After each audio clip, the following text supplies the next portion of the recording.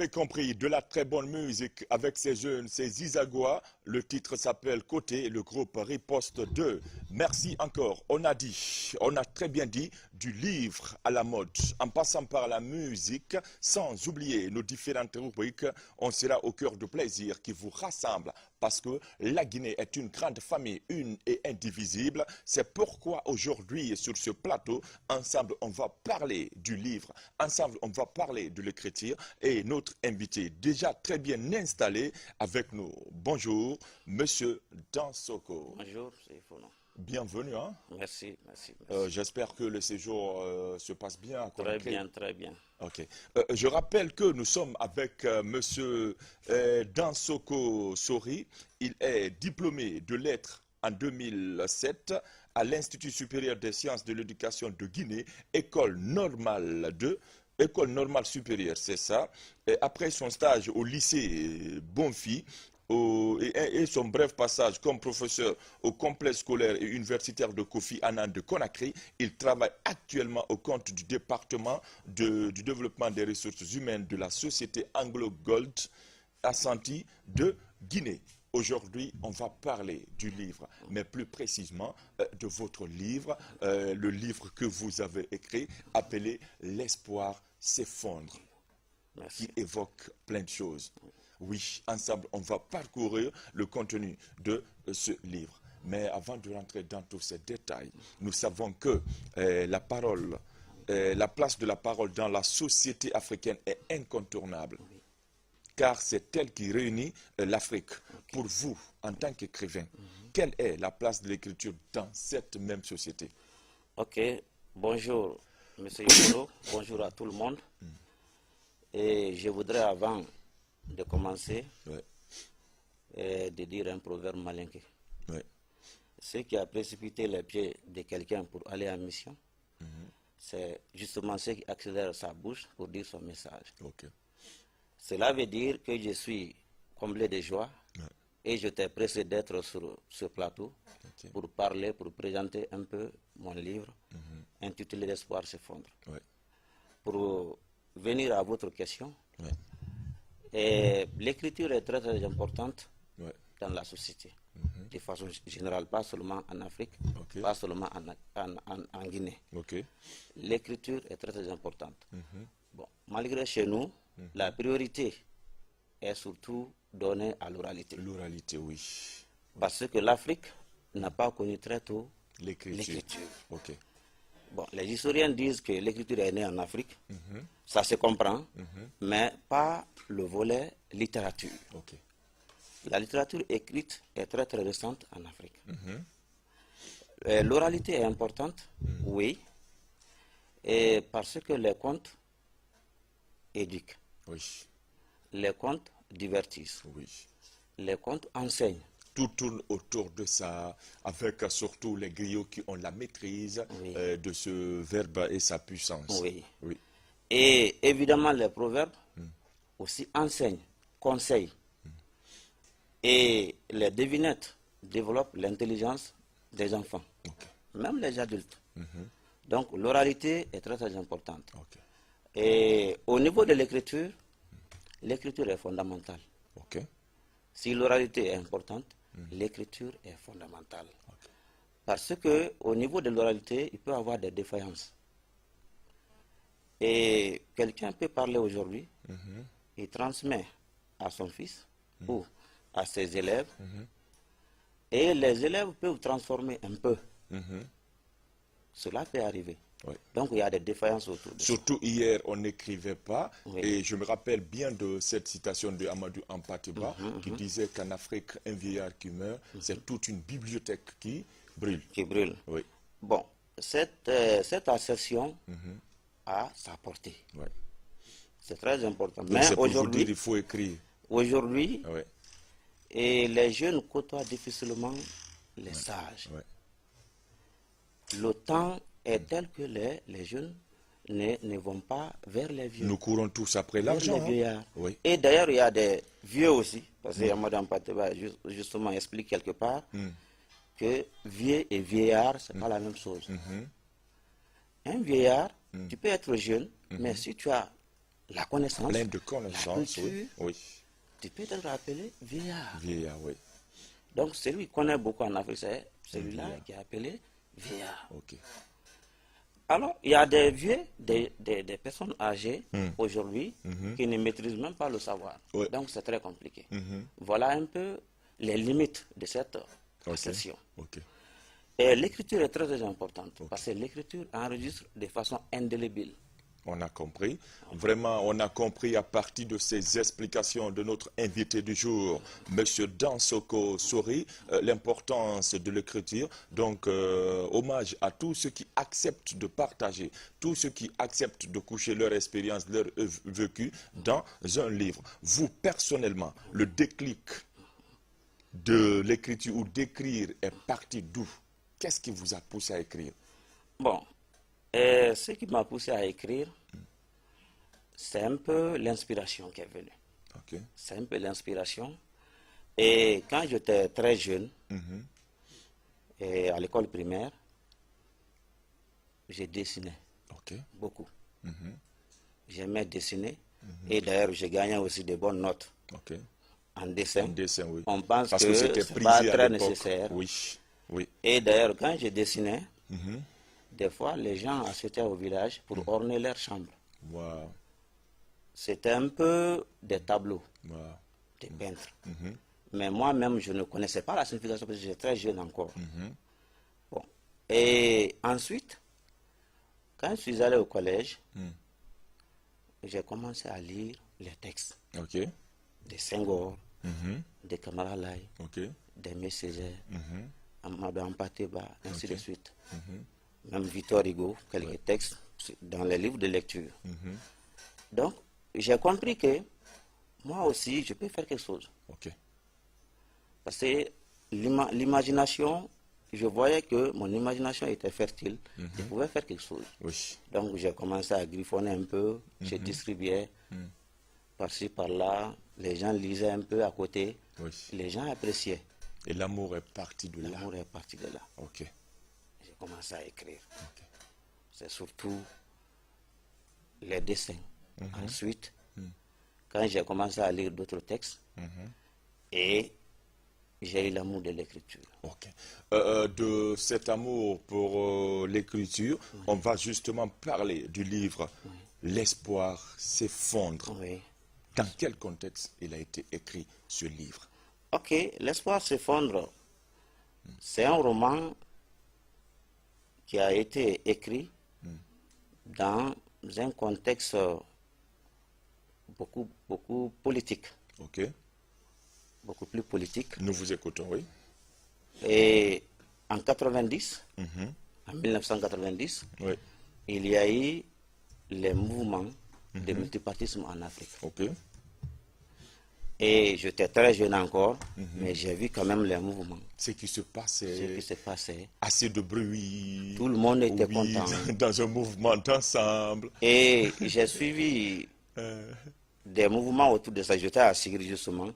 J'ai vu des gens danser, des vieux. Et on me disait que ces vieux-là, leur dernière danse a été exécutée le jour de l'indépendance. Parce que le jour de l'indépendance en Afrique, c'était une grande joie aussi. Et en 1990, quand le multipartisme aussi a été autorisé dans beaucoup d'États en Afrique, tout le monde était dans l'euphorie. D'où la notion de la démocratie. Donc, l'inspiration est partie de là. Et quand j'ai vu que cette démocratisation est en train de créer des problèmes, malheureusement, on pensait que la démocratie pouvait instaurer en Afrique la paix, le développement durable. C'était en quelque sorte la solution à nos problèmes. On pensait à cela. Mais on a vu le contraire dans certaines mesures, dans certains pays. On a vu dans certains pays la division, l'ethnocentrisme, les conflits. Et d'ailleurs, plus grave, on a vu dans certaines familles la division. Au sein de la même famille. La même famille. La même famille, la division. Je suis dans ce parti. Vous n'êtes pas dans mon parti. On ne peut pas être d'accord.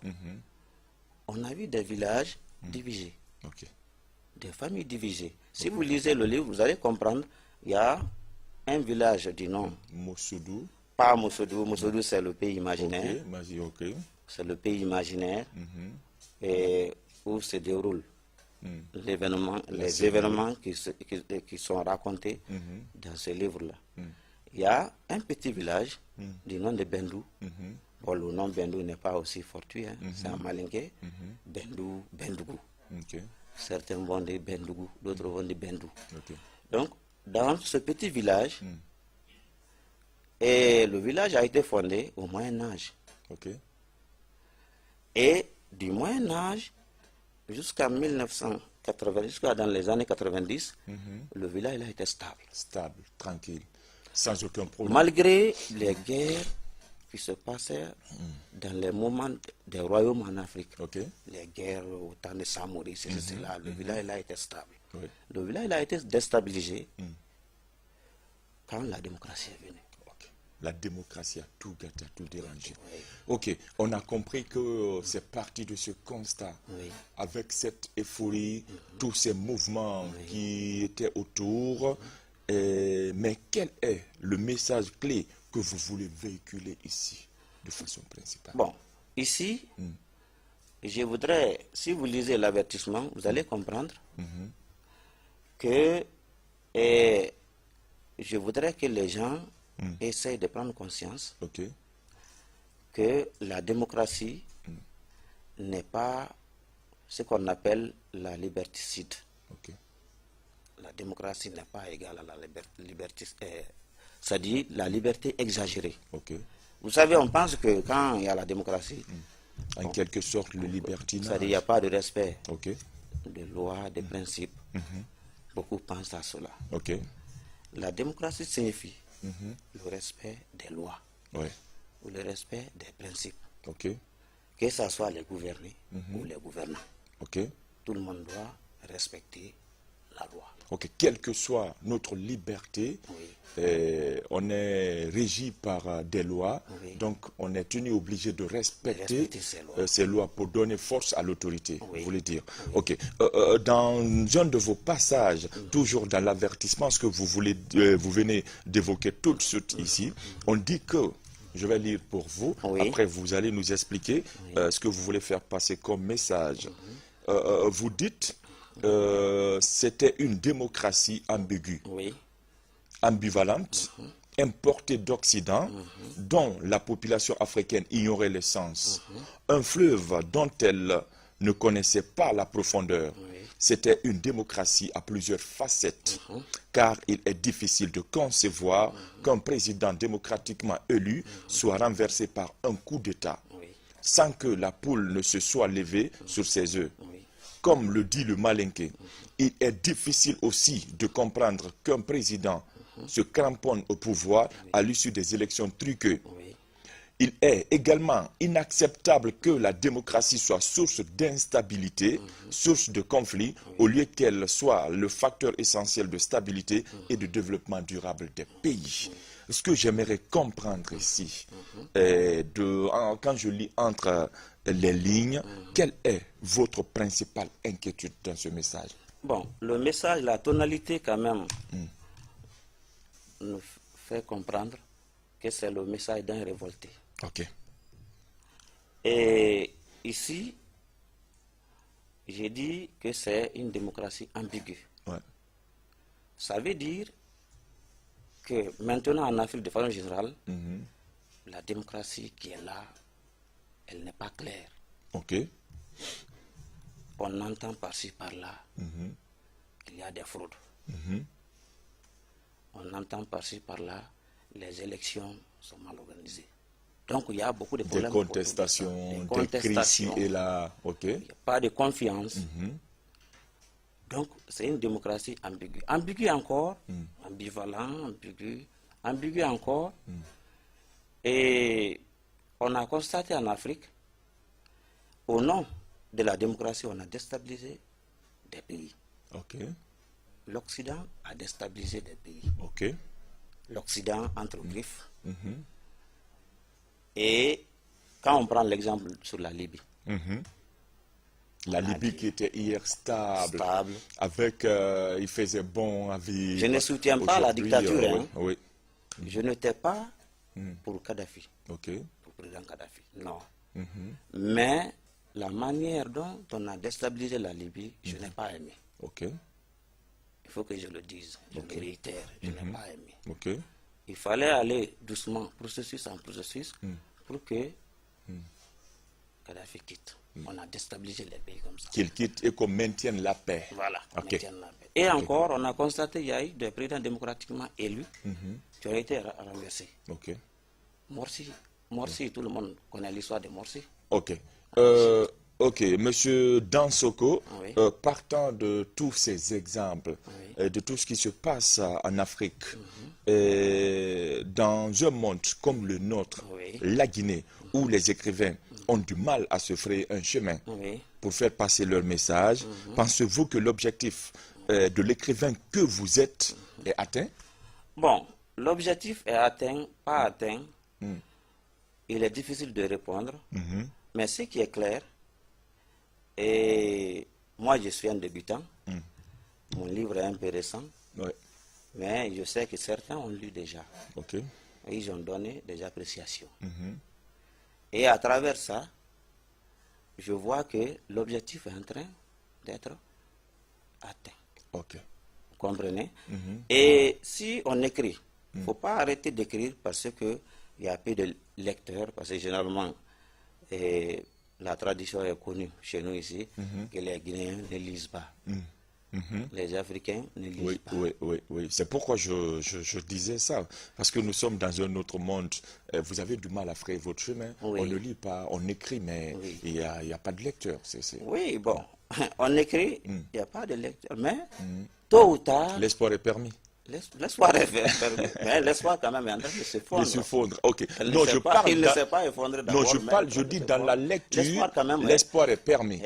Permis, oui. Mais en ce qui concerne la démocratie, l'espoir s'effondre. En train de s'effondre, pas totalement d'abord. Ok.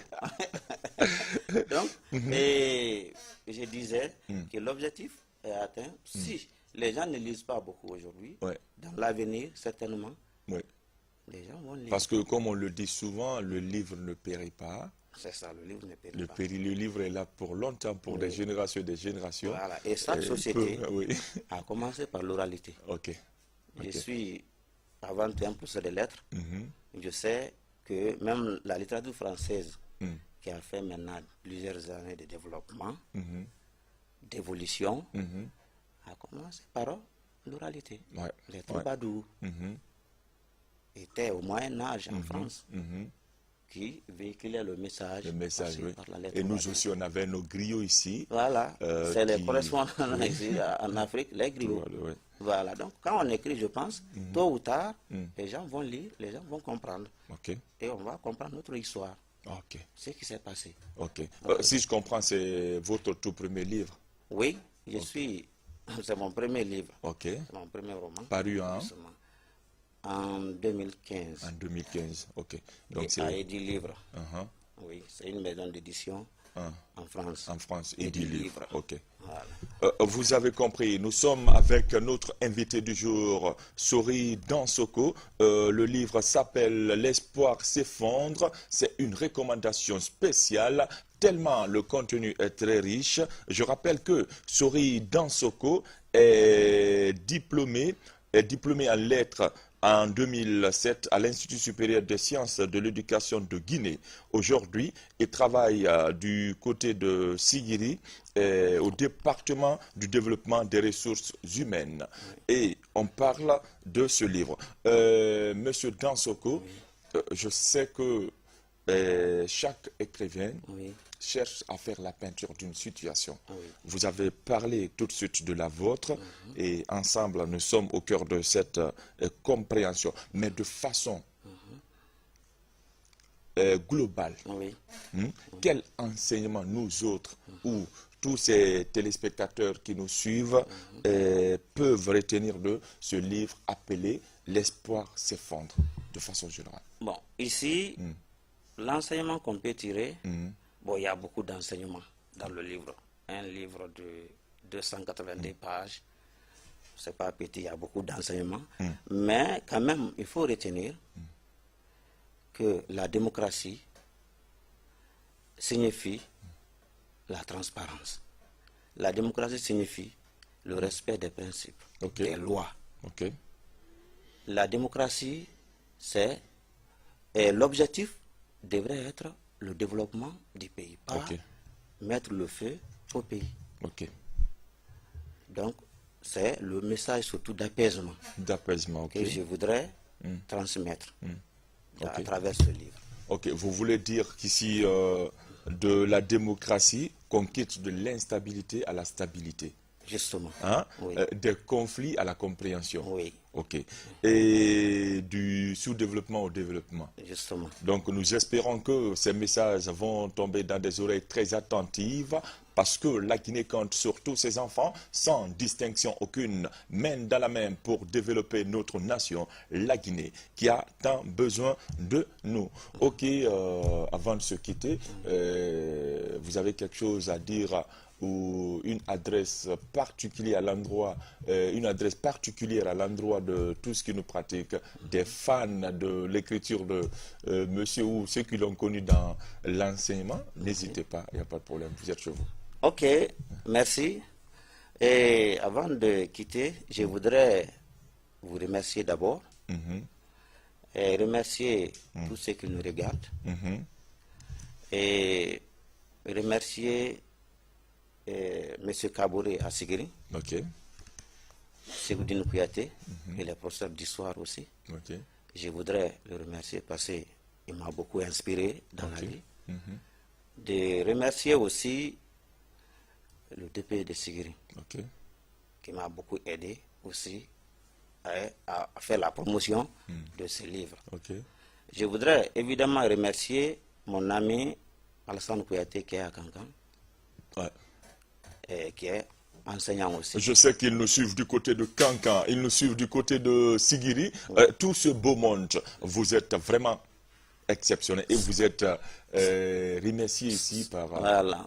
Sans oublier ma femme, Marasa Keta, qui m'accompagne dans tout ça là. Ah, si tu l'oubliais, c'était pas bon. Hein? Donc, mes remerciements vont aussi à mes parents. Mon père, ma mère. Oui. Donc, c'est un peu ça. Je voudrais vous dire comme remerciement. Vraiment, merci à vous aussi d'être passé par là. Bon courage pour vous dire que le livre s'appelle « L'espoir s'effondre » de Sori Dansoko. Acceptons d'écrire, acceptons de mettre dans les livres tout ce qu'on a comme expérience pour que nos enfants ou nos arrière-enfants puissent en profiter largement. Merci à tout le monde. Que le matin, ça s'appelle cette émission qui vous accompagne tous les jours du lundi au samedi, juste après cette intervention.